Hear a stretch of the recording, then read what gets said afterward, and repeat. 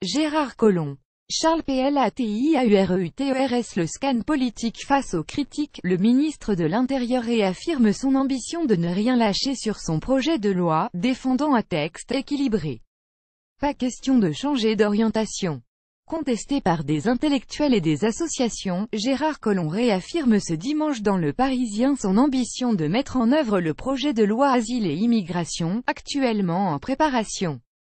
C'est un projet de loi totalement équilibré.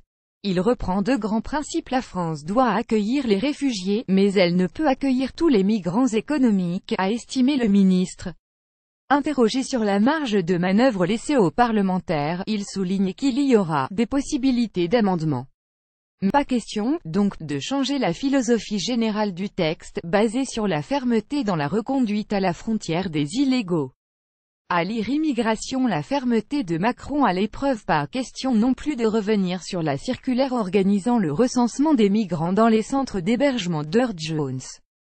Ce texte, polémique et contesté par des associations qui la dénoncent comme un « tri » et ont saisi le juge des référés du Conseil d'État pour en demander la suspension. Mais le ministre de l'Intérieur assure qu'elle serait maintenue. Cette circulaire a été extrêmement caricaturée, mais elle est assez nuancée, a-t-il dit. Pour répondre au doublement de la durée de rétention administrative prévue par le texte, Gérard Collomb annonce la création de 200 places d'ici à la fin du mois de janvier et 200 autres en 2018. Par ailleurs, Gérard Collomb a confirmé dans un communiqué la création de 200 places en centre d'accueil et d'examen des situations CAS dans chaque région, soit plus de 2600 places sur l'ensemble du territoire. Quelques 1300 places seront opérationnelles d'ici au 31 janvier, promet le ministre.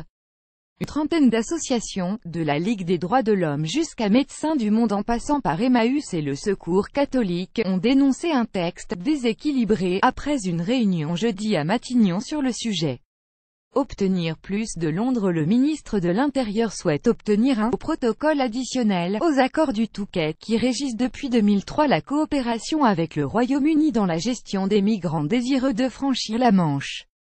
Gérard Collomb veut faire en sorte que Londres fournisse un effort financier supplémentaire et s'engage à accueillir davantage de réfugiés, en particulier des mineurs isolés. Je souhaite aboutir à un protocole additionnel à ces accords, et à des mesures concrètes de prise en charge d'un certain nombre de coûts par les Britanniques, ainsi que d'un plus grand nombre de personnes, au titre de l'accueil des réfugiés et des mineurs non accompagnés, a-t-il dit. Emmanuel Macron doit se rendre mardi à Calais, par où transitent les migrants sur la route du Royaume-Uni, en compagnie de Gérard Collomb avant de rencontrer la première ministre britannique, Theresa May, jeudi dans le sud-est de l'Angleterre.